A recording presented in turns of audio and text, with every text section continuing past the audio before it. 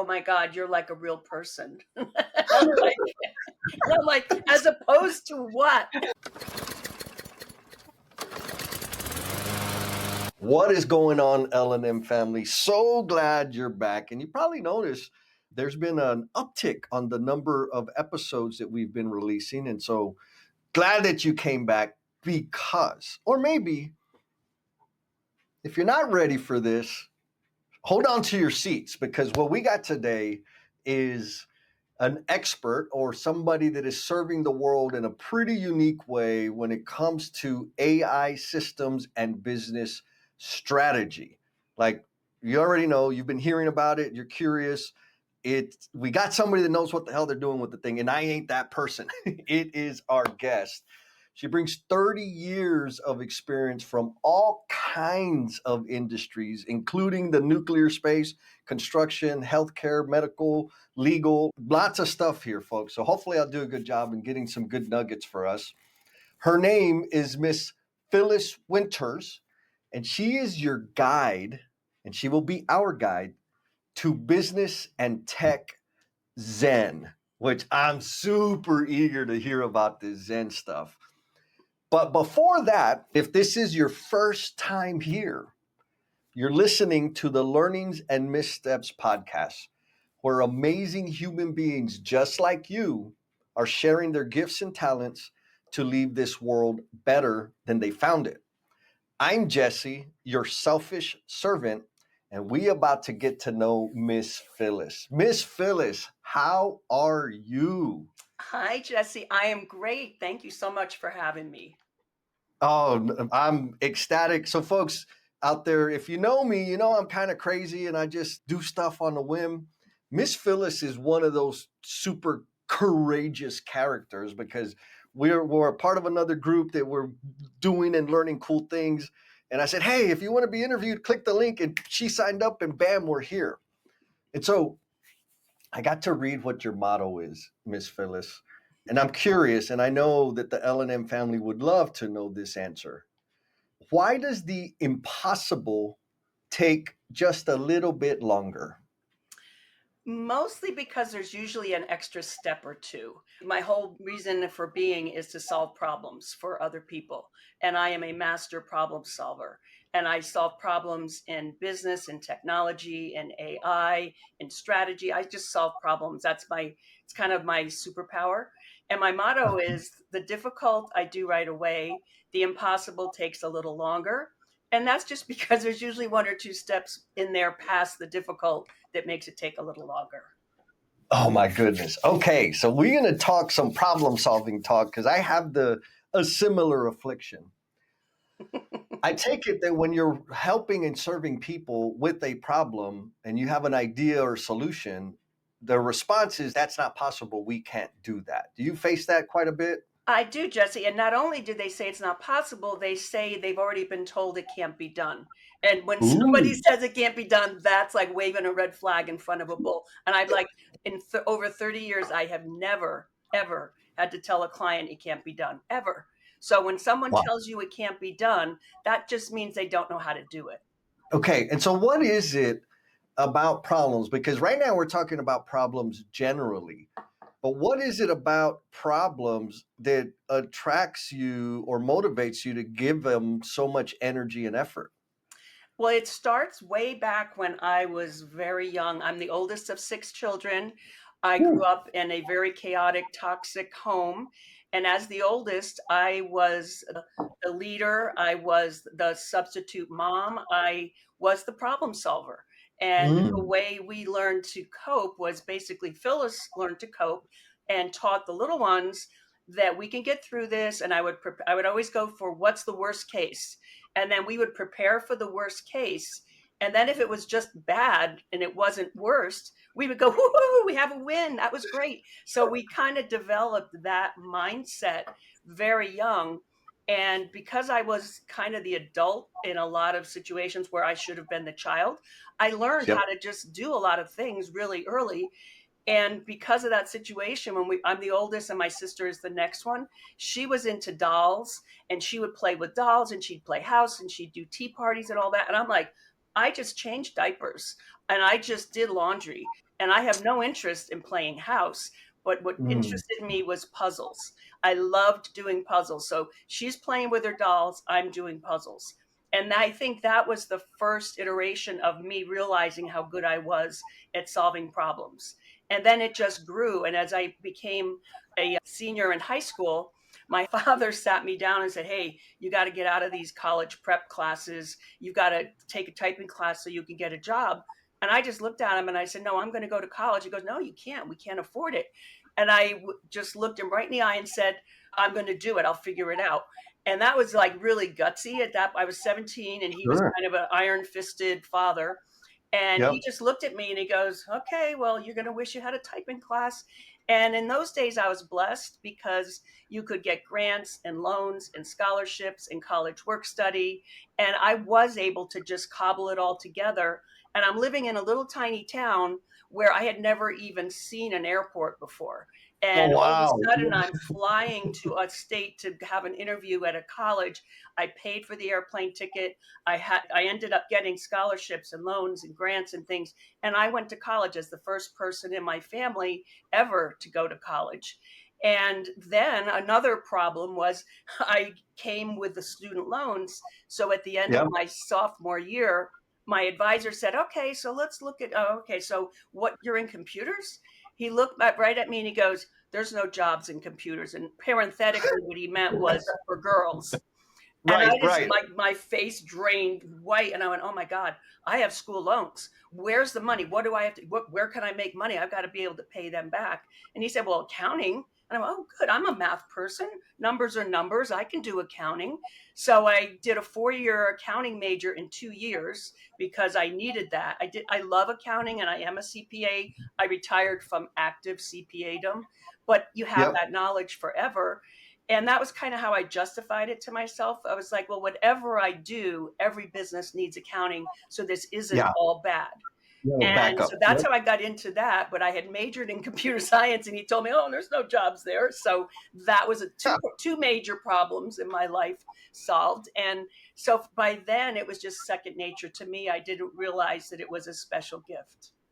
Oh my goodness. So thank you. Big rocks, like life experiences that are evidence that not like other people have the same experience. And what I mean by that is a less than supporting and motivating parent, short-sighted or narrow thinking of people that should be supporting you and helping you, and then we'll just say premature massive responsibilities, meaning before you're even like biologically ready in terms of brain development to be caring for others, right? Like when you were a young lady, you had your 5 siblings that you were kind of the responsible one for. Right.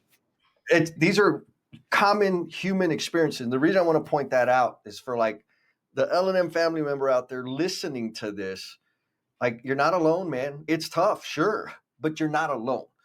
Now, going back to that early thrown into the fire, figure something out, make a decision, and if it's better than worse, we're It's good. ahead.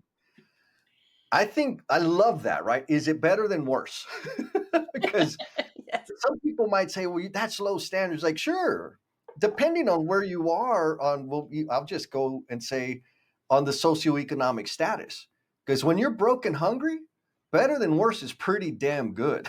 Exactly. Exactly. And so understand, like, what was it about that helped you? I'm going to call it like a callus. You kind of built a shell that helped you not get distracted without or by missing perfection. Because better than worse is not perfect, but it's progress. And I don't even, Jesse, I didn't even look at it as progress. I looked at it as we got through another day. So it wasn't even like I had a specific goal.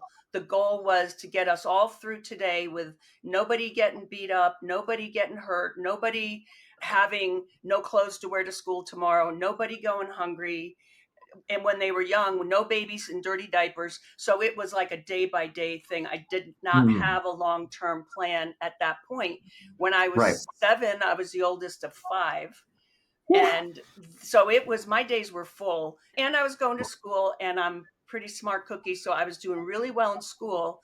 And luckily, it's kind of faded as I gotten older, but I had a photographic memory in those days. So I could just read the book and I knew, and I didn't have to study, thank Easy. God, Yeah. because I didn't have a lot of time to study. But I didn't realize it was a thing, Jesse, until I got Right. older.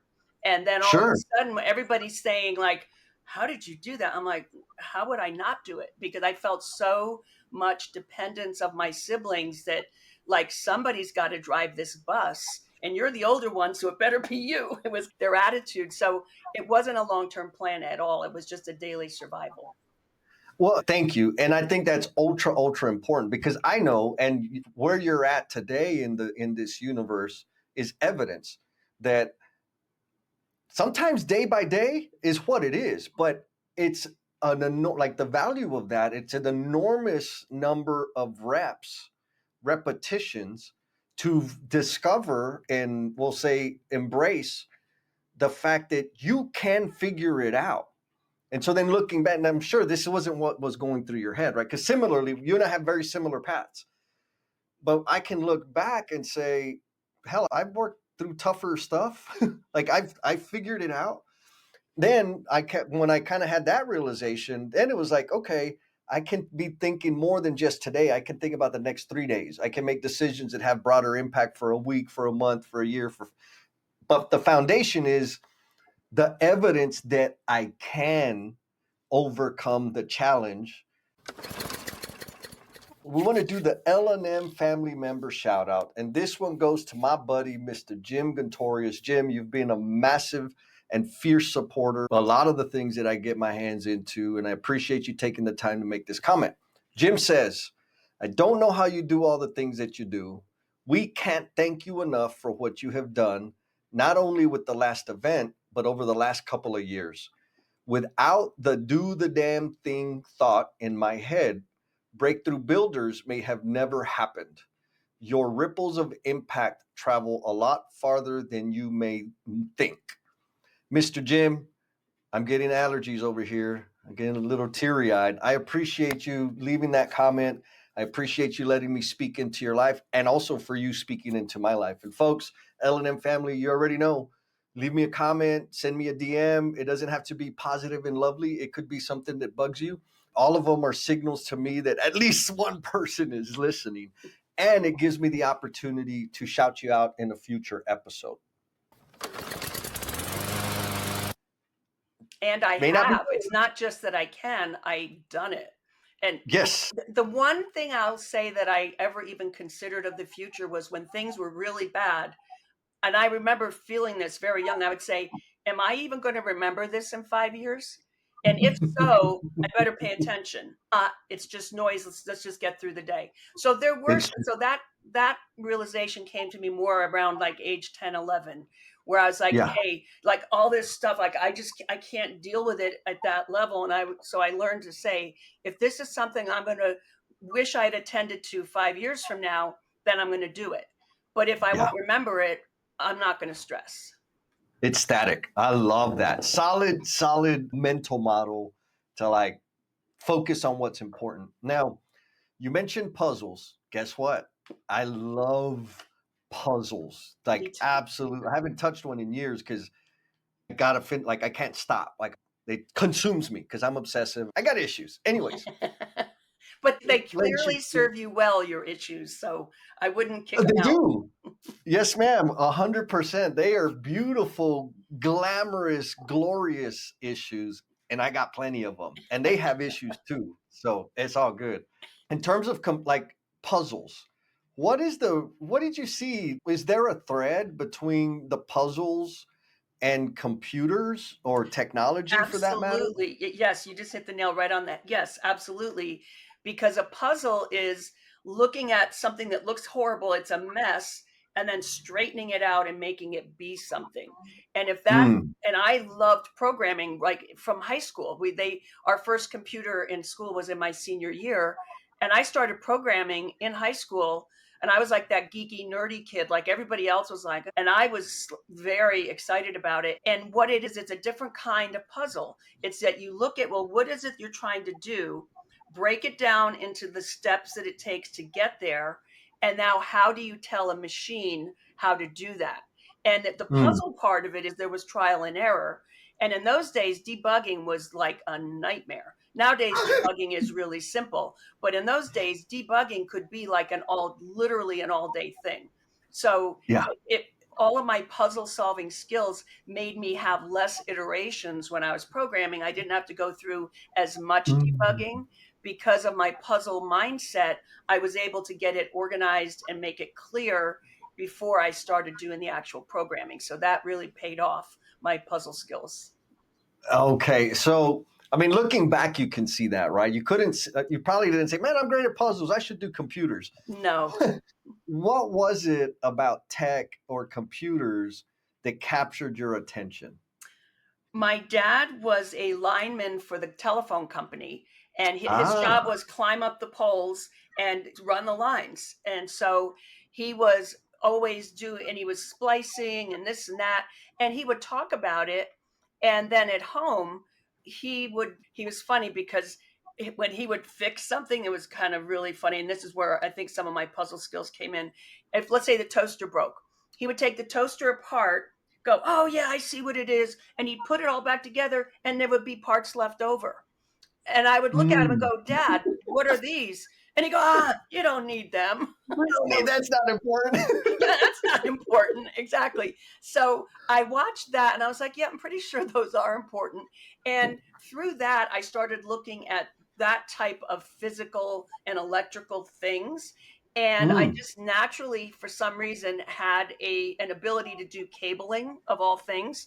So okay. when computers first started, I was the one that ran the cables. And even before that, like in grade school, I was that weird kid with the AV cart that brought in the overhead projector and everything because I Oh was the yeah. only one that could figure out how to hook it up. It was so simple, and yet you Right. would have thought it was rocket science. So that Yes. kind of just came into my life because, and like, I was the only one that raised my hand and said, the teacher said, "Does anybody know how to fix this?" And I said, "Hey, let me take a look." And Right. I did figure it out. So now all of a sudden I'm the expert. So that carried with me. And then I got that confidence that I can figure out like electrical things and AV Yeah. things. And then in the computers, well, I was doing the programming, but then I got to the point where I started doing, way back when they first started, computer networking for PCs, where somebody had to run those cables, and it was me. And somebody had to Ah, set up the server, and it was me. And so I actually just started doing those things because nobody else knew how. And that was when I yeah. started my first business. I was 27 and I was freaking out. And I said to my husband, I said, "But I don't really, I said, I only know a little bit." And he goes, "Phyllis, it's so much more than anybody else knows. So what you think is Yes. a little bit, it to them, they think you're a genius." And he was right. Yes. He was absolutely right. So that it just kind of flowed from my curiosity with puzzles, watching my father not fix things correctly, thinking that I'm pretty sure those parts really do need to go in there, and then just taking that forward into the AV card, into programming, cabling. And now I take that skill and I use it with AI and integrating systems to use AI and helping my clients connect things that other people have told them can't be done. And like I said, I've never had to say, "Oh, no, we can't do that." So it's all been now that I look back, as you said, I didn't know it then, but looking Right. back, I can see the through thread. Yeah. Like it's been progressively stacking skills in a particular path. Maybe not on purpose, but that's what happened. Right. So you said a couple of things. One, you undervalued, or maybe you couldn't see the value in your knowledge and experience because it's you. Like you're living in it, you're swimming in it. So we make these assumptions. Like everybody knows that. Everybody like this. That's basic. Nobody wants to hear that, but they don't know. Like they Yeah. just don't know. And so coming to terms with that, I want to say it this way, like for the listeners out there, if you have an idea or something stirring within, like your life experience can absolutely add value to other human beings. So at the very least, share your experience. And if you're a little crazy like me, consider doing it for a fee because it's extremely valuable and it may be so valuable that other people will pay you for it. Just something like it's super general, but for real, we are not great at understanding the value of our own life experience, and it is important. So, you talked about, I love the words you said was physical and electrical. Because in my head, like, oh, that is a great way to describe what it feels like to, or what it felt like when I first started using a stupid computer.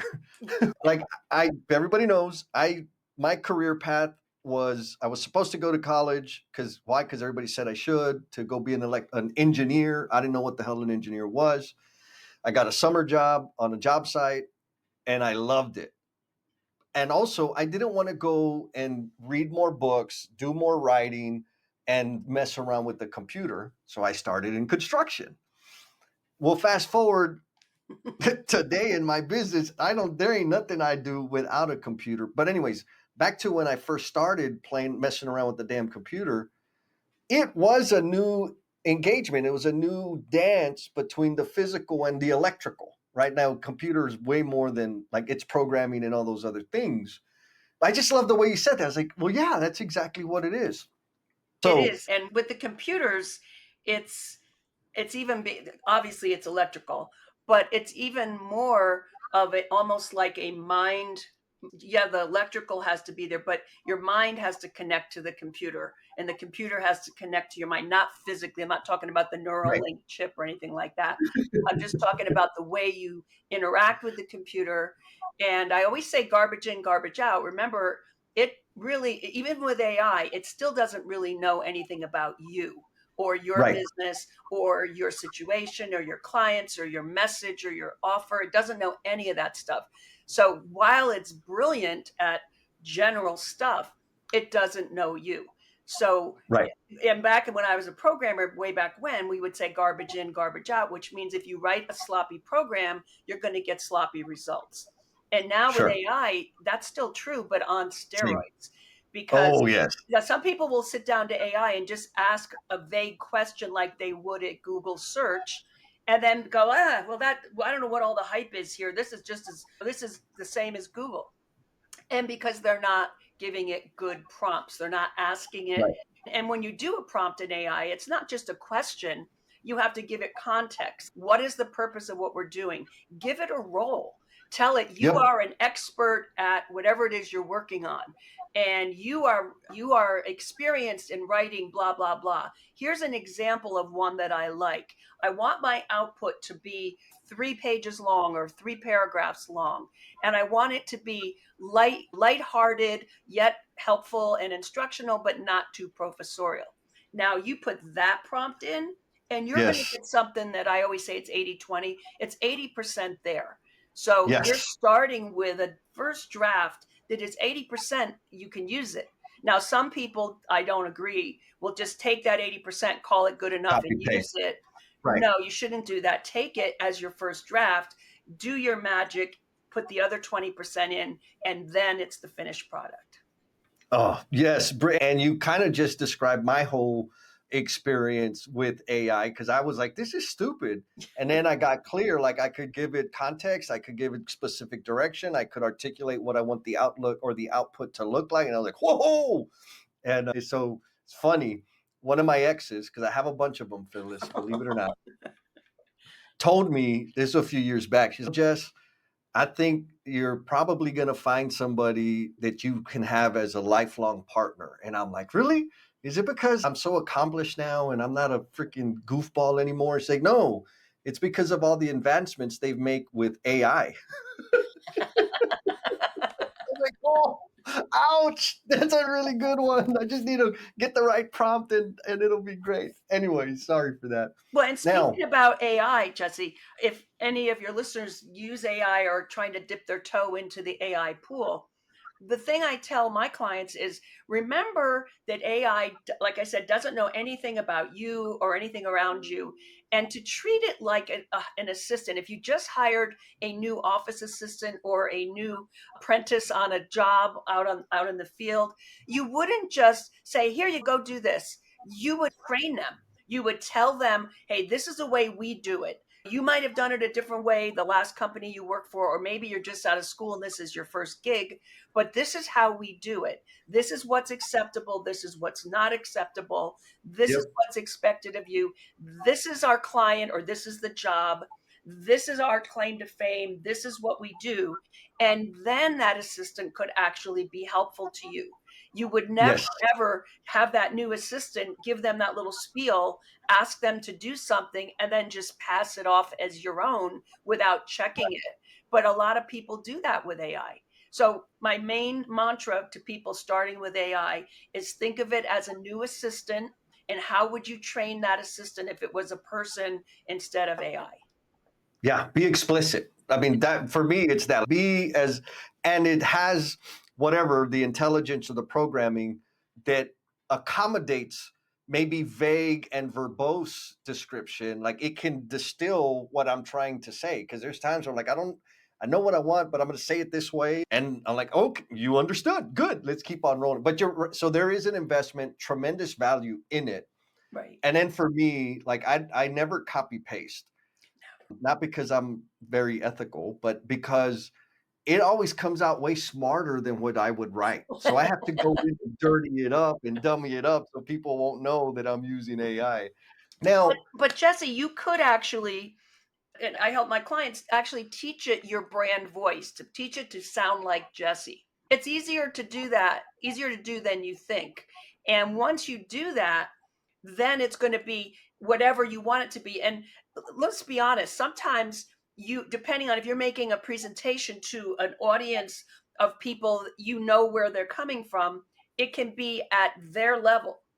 If you're yes, doing it to high school students to talk about opportunities in the trades, you would tell it. And I wouldn't even say put it at the high school level, because some of those students in high school may not have the same reading and comprehension as everybody. So say yep, do it at the eighth grade level. So depending yep, on who your audience is, you can tell it. And I'm not going to call it dumb it down, because it's not really dumbing it down. What it is, communicating at the level yes, of your audience. So that's you what. got it.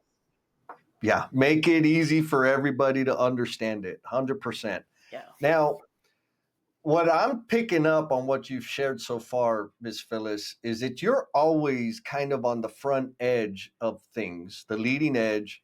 And I know this, that when you're on the leading edge, it's an isolating experience or can be, and people think you're wacko.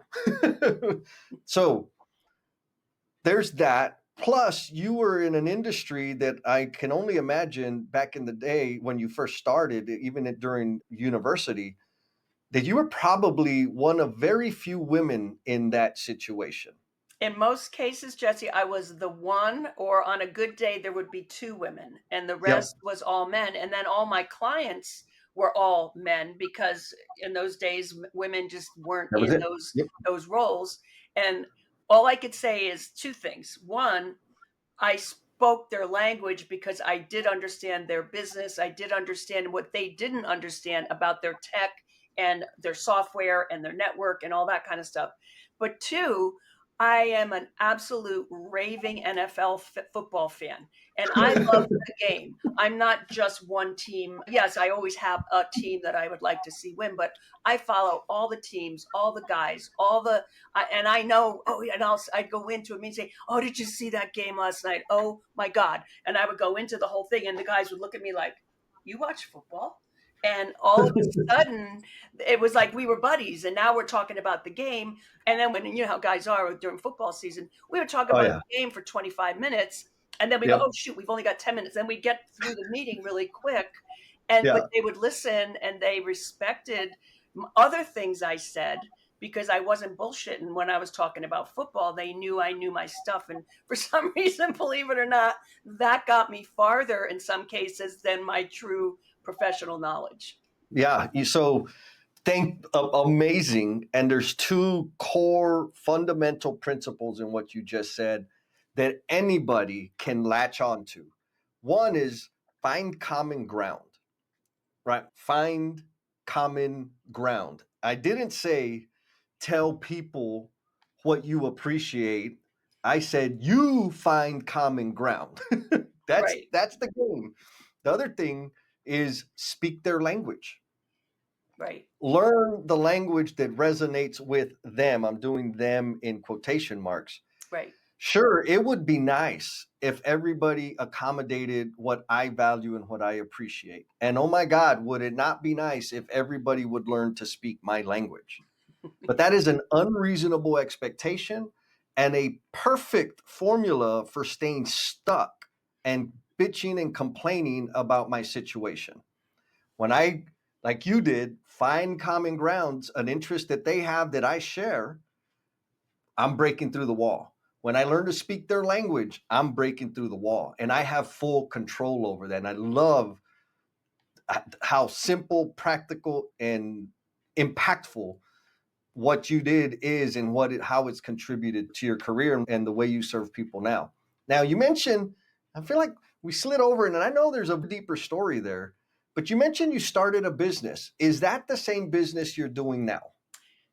Yes and no. For the Ah, most part, yes. And there's a little bit of history there because remember, I didn't get to have my computer science major in school. So I had a minor, got out, got an accounting job with a big eight accounting firm, I was the only person in my school that got that, worked there.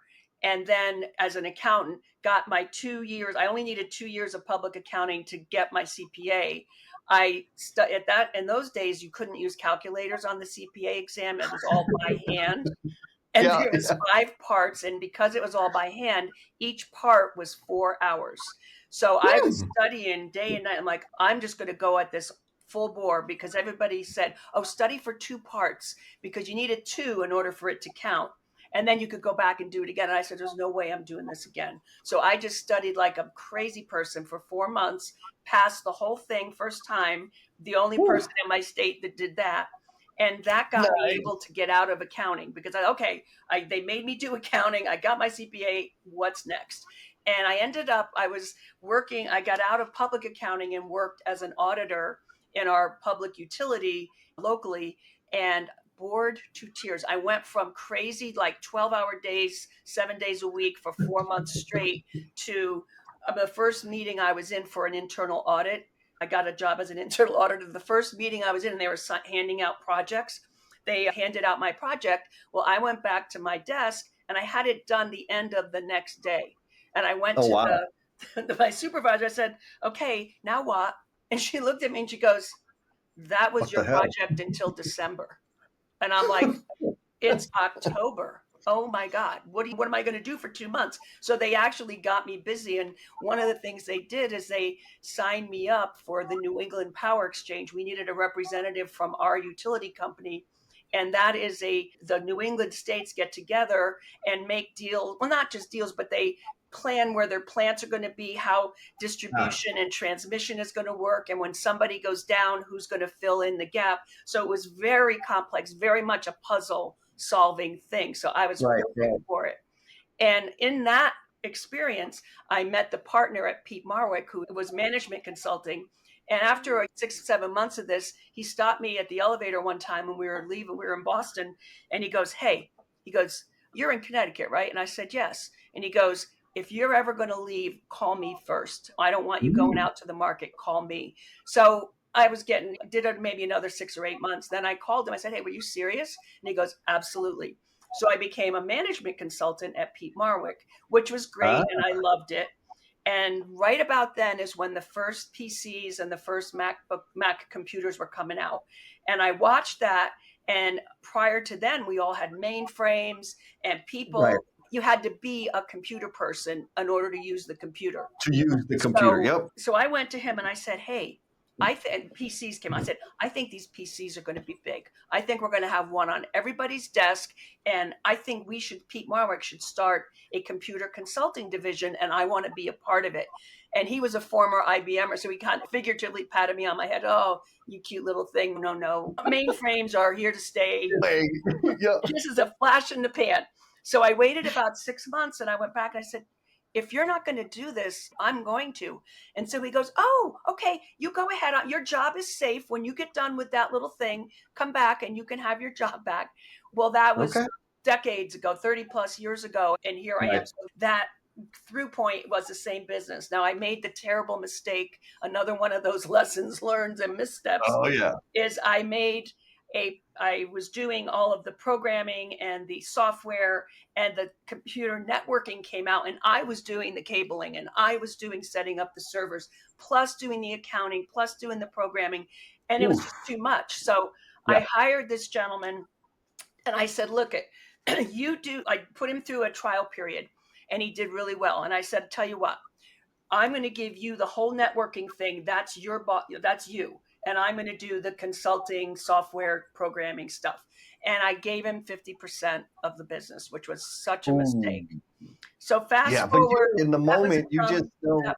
talk about a Oof. misstep. That was like going Yeah. off a cliff. Very big mistake. And anyway, fast forward 10 or 15 years later, and now he's decided he doesn't need me anymore because I don't do what he does. Well, I hired you to build that, and I am. Right. Anyway, long story short, he bought me out. I moved out west. We were been in Connecticut, and now I went into the online world. So yes, Ah, I kept my Connecticut clients, and I had another client in Rhode Island, and I still worked on them remotely. So it is the same business, but now I do those clients, but it's all remote, and now I do a lot online. So I have clients all over the world. So nice. technically it's the same business, but there was a little bit of a blow up there in the middle where we went our Yeah. separate ways. Well, and thank you for painting the whole picture because it's another like data point of how success is not a straight line, right? And what I love, if no one's ever told you this, shame on them. But I love your outlook and energy and spirit about all of it because you have a lot of good excuses for being pissed off and bitter. But that is not what's coming across over here, sister. You're No. like, okay, problem. What's it may not be better, but it ain't worse, right? Let's just keep See? on moving.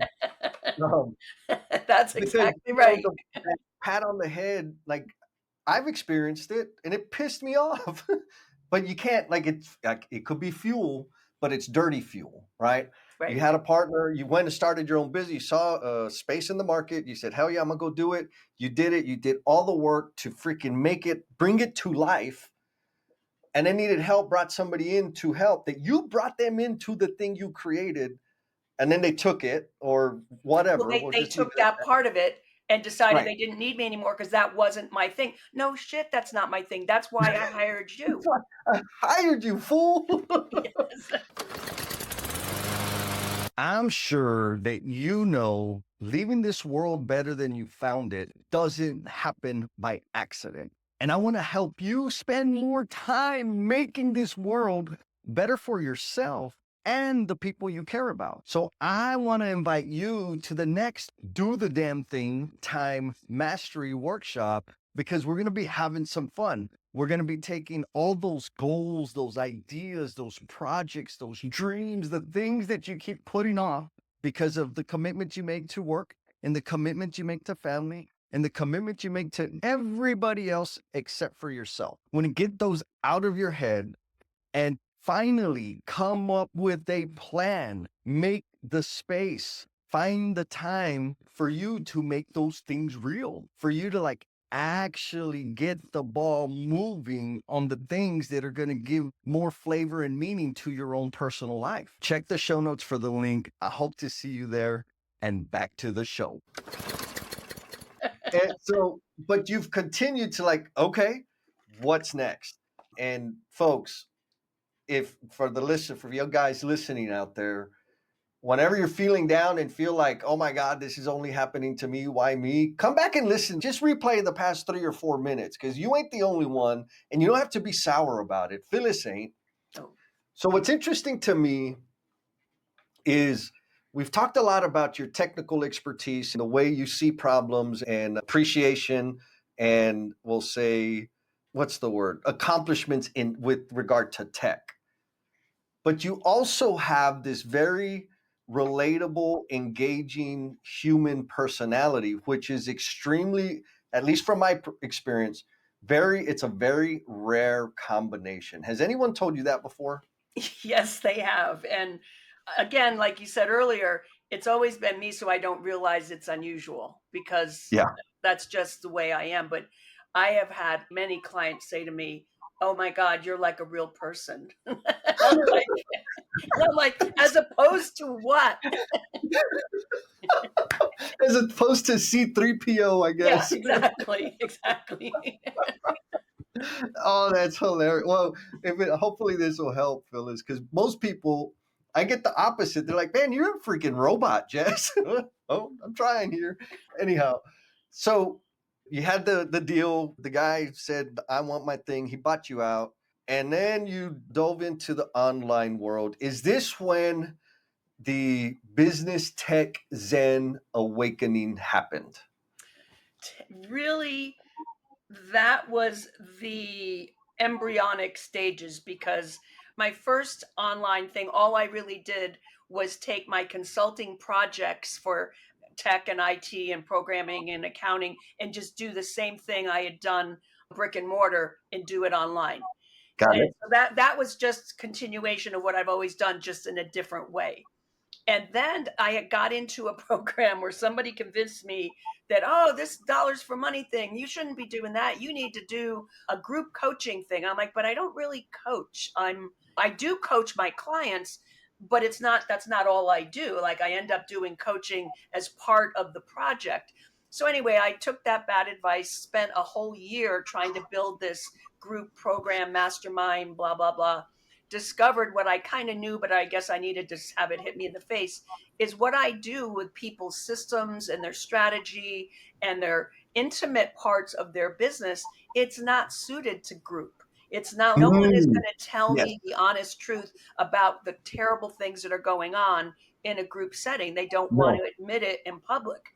Whereas one on one, oh my God, my husband is a retired mental health counselor, and all through our life, I'd come home from work and he'd say, "Oh my God, you did more counseling today than I did."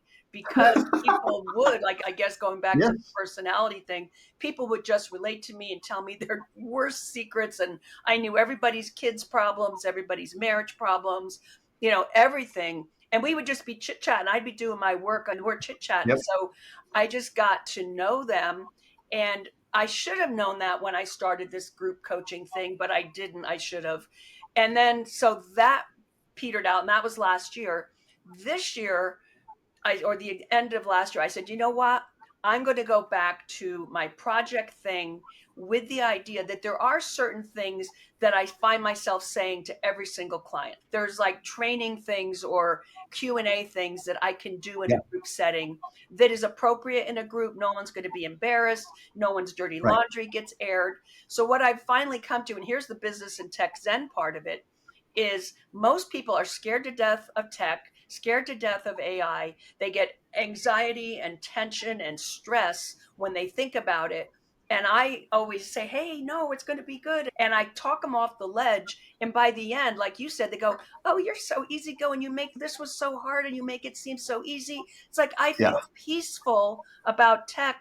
And they'll say to me, I never thought those words would come out of my mouth. So then I came up with the business and tech Zen, because tech Zen, because the computers are less stressed, and business Zen, because I do the strategy and the Mm, structure and accounting. I don't do the accounting, but I make sure they know what they need to keep track of.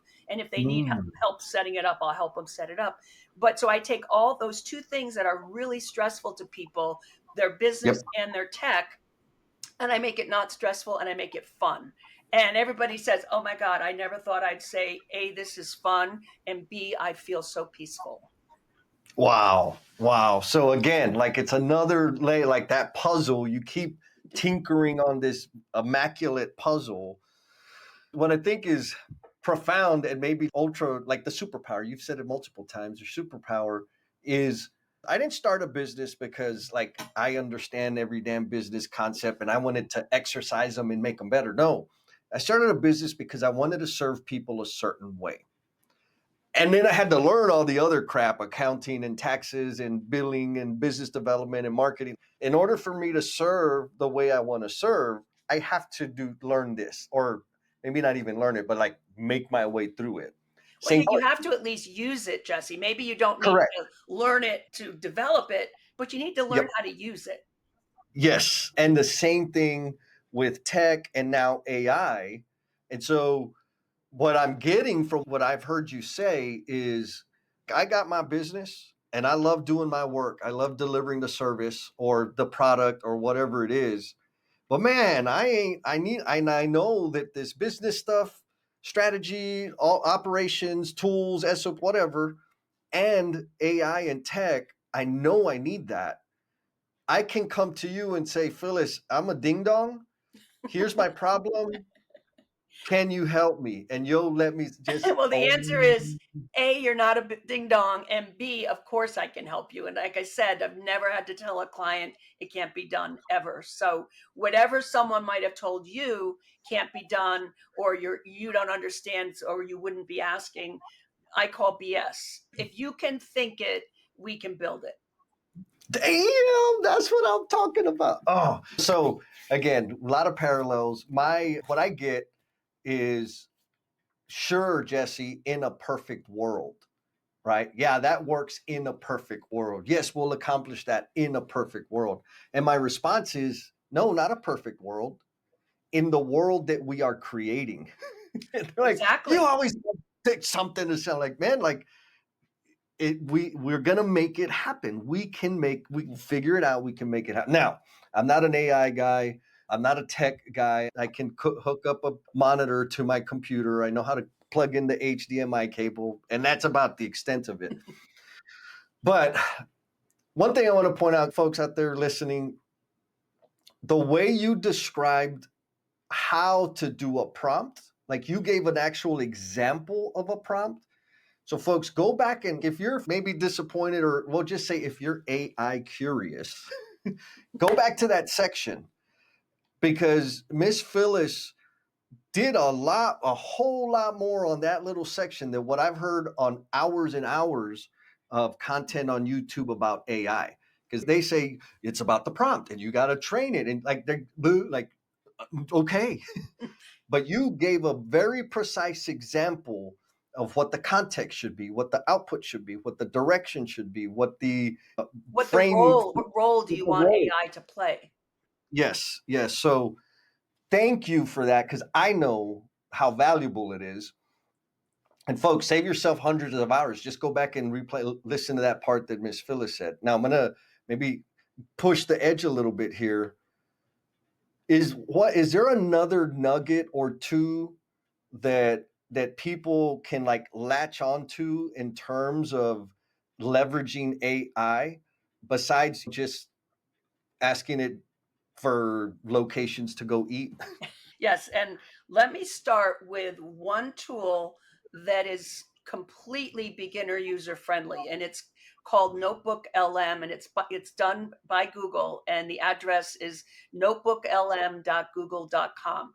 And what that is, it lets you take any amount of data, any reports, any YouTube videos, any transcripts, whatever you want, and it will give you a summary.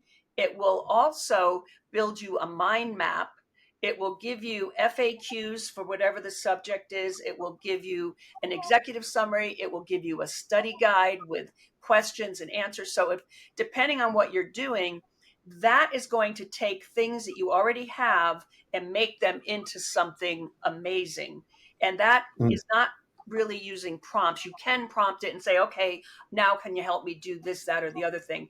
But Notebook LM's claim to fame is that it organizes a bunch of different sources on one topic and puts them into a very nice, cohesive summary. The biggest thing that it does that's so amazing, and you have to go try it, is it does a podcast. It takes all the stuff you put in, Yes. and there's a man and a woman, and they do a podcast, kind of like what you and I are doing, and they talk to each other about whatever you gave it as sources for. That it's called a this is called a notebook. And so it just talks about it. And here's the really mind-blowing part: you can click the little microphone and interrupt them and say, and when you click it, one of them will go, oh, I see we have a question here. And you can ask a question to the two hosts that are doing the podcast based on what you gave them.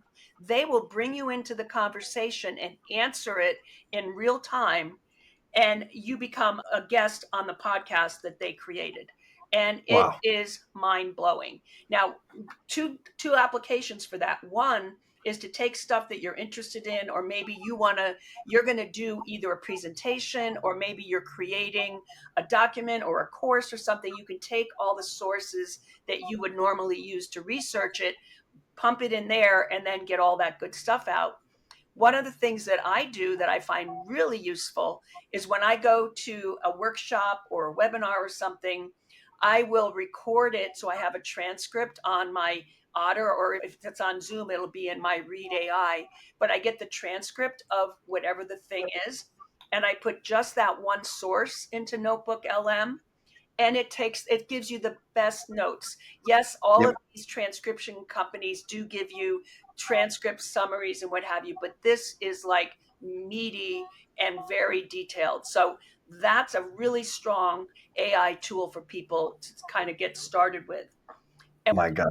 when it comes to prompting, I want people to realize that in both well, first of all, the three major players are ChatGPT, which everyone's probably heard of, Claude, and Gemini, which is the Google. Now, Grok is XAI's chatbot. It's really snarky. And believe it or not, they kind of tint it a little bit with political things and what have you. So I don't really like, and actually, it got really snarky right back to Elon Musk and basically told him where to get off, which was kind of, so I don't, that's there, but I don't use it. Now, Right. of those three, Claude AI is the same thing as you might know of ChatGPT. You give it prompts, and it actually responds in a more human way, a more empathetic way. And both Mm, ChatGPT and Claude have what they call projects. So if you were working on a project of your own, or for me, I have projects for clients. So I upload all of the knowledge based documents into the project. So when I go to the chat, it's not a plain chat out in plain old Chat GPT or plain old Claude. It's inside of the project. So I've yeah. already uploaded all the documents that have anything to do with whatever I'm talking about. So when I start, it already has a background. It knows what we're doing. It has all the details, and it's a much more meaningful interaction. And at that point, your prompting doesn't have to be quite so good because it knows Right.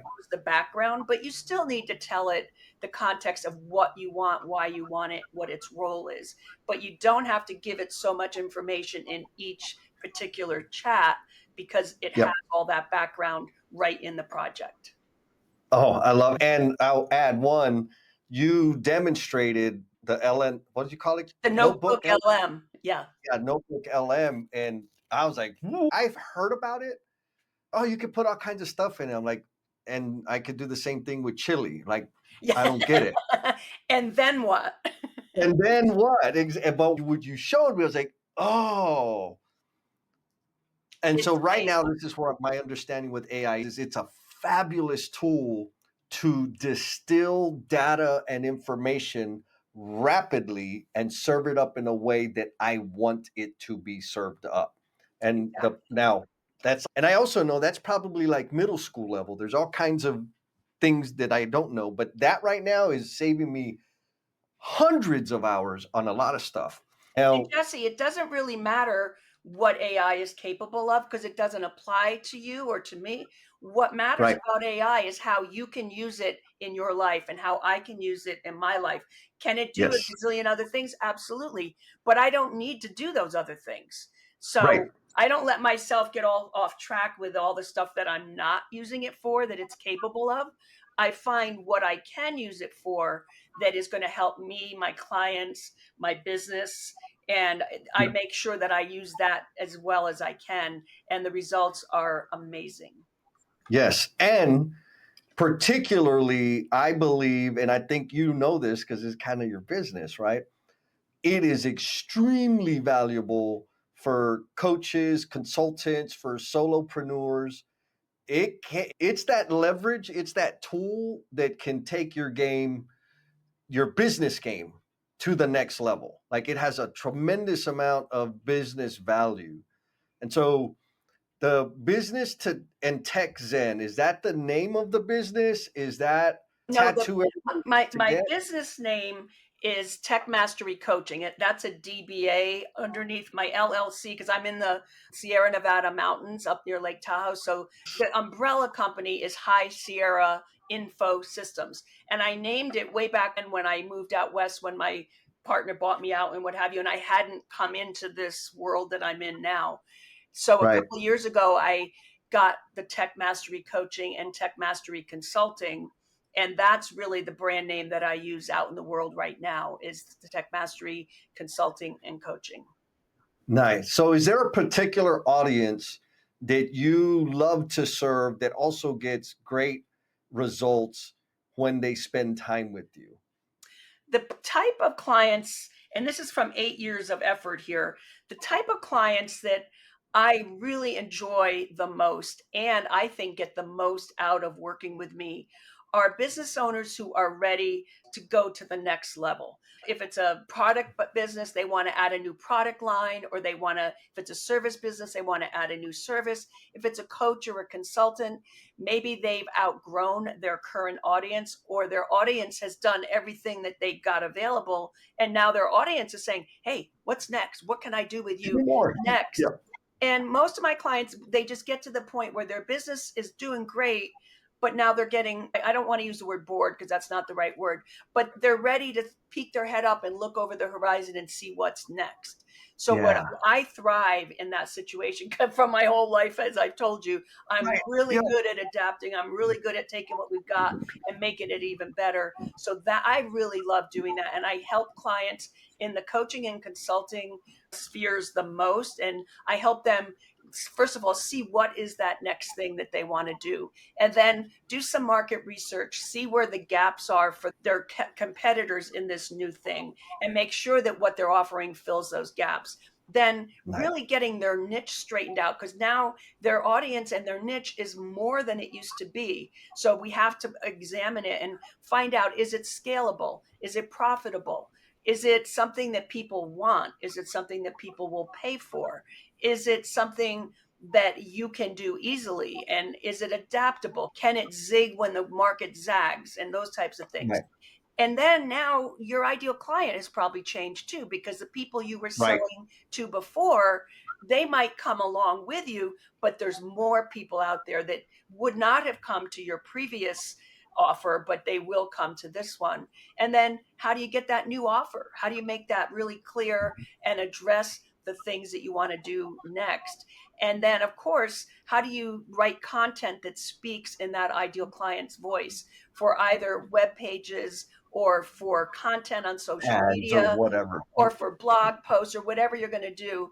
And then finally, what is the offer that you're going to make? And then the sales process you're going to use to go take clients from when they never heard of you all the way through the funnel of now that not only are they a client, but you have over delivered and delighted them. And now they're a raving fan, and they ask you two questions. One, what can I do next? And they want you to do more. And Yeah. two, they refer you to their colleagues, to their people on the golf course, or their people at the gym who have the same problems that they do. They'll say, oh yeah, I'm working with Phyllis and she's got this all tucked in.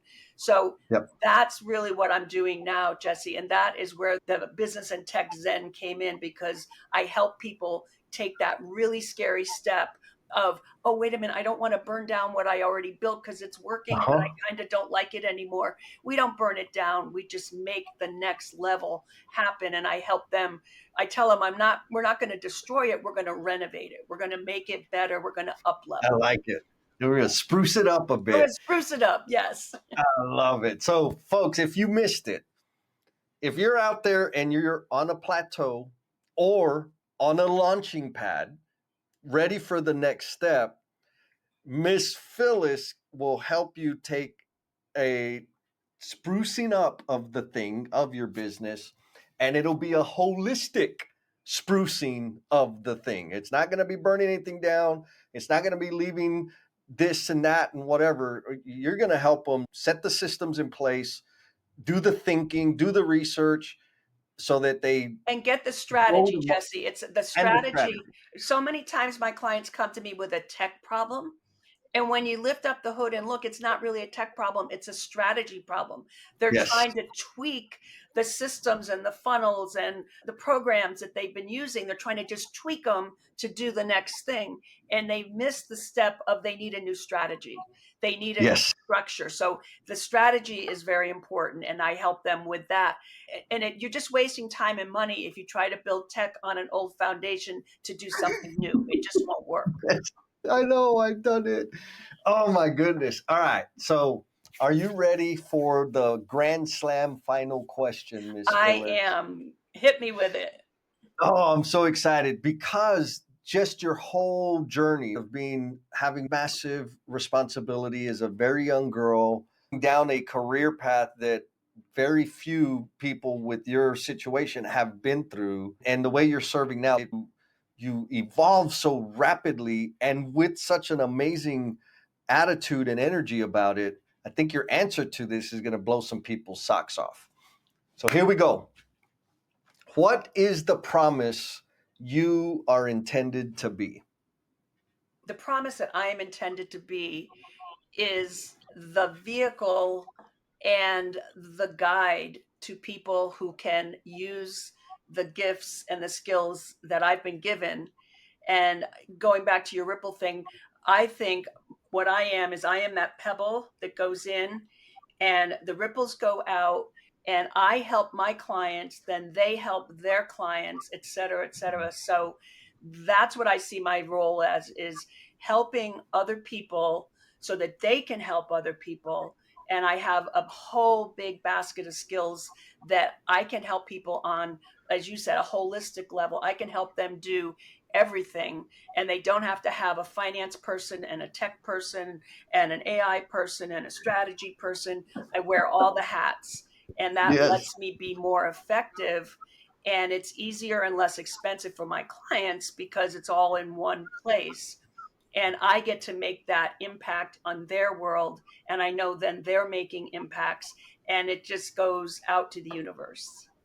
Oh, I love it. Changing the world one world at a time. You're the vehicle, you're the boulder dropping into the lake, Boulder. creating massive ripples. Miss Phyllis, thank you so much for your generosity with your experience and sharing your story. Did you have fun? I did, Jesse. This really was fun. And you get a little nervous when somebody says, "Oh, podcast," but this was just like a conversation. I feel like we're just sitting out in the backyard talking. So it was really fun. Thank you. Oh, so awesome. Thank you for sticking it out all the way to the end. I know you got a whole lot of stuff going on. And in appreciation for the gift of time that you have given this episode, I want to offer you a free PDF of my book, Becoming the Promise You're Intended to Be. The link for that bad boy is down in the show notes. Hit it.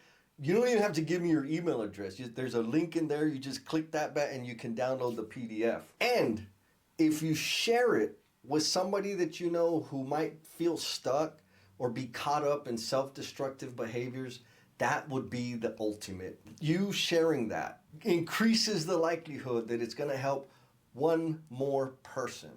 And if it does help one more person, then you're contributing to me becoming the promise I am intended to be.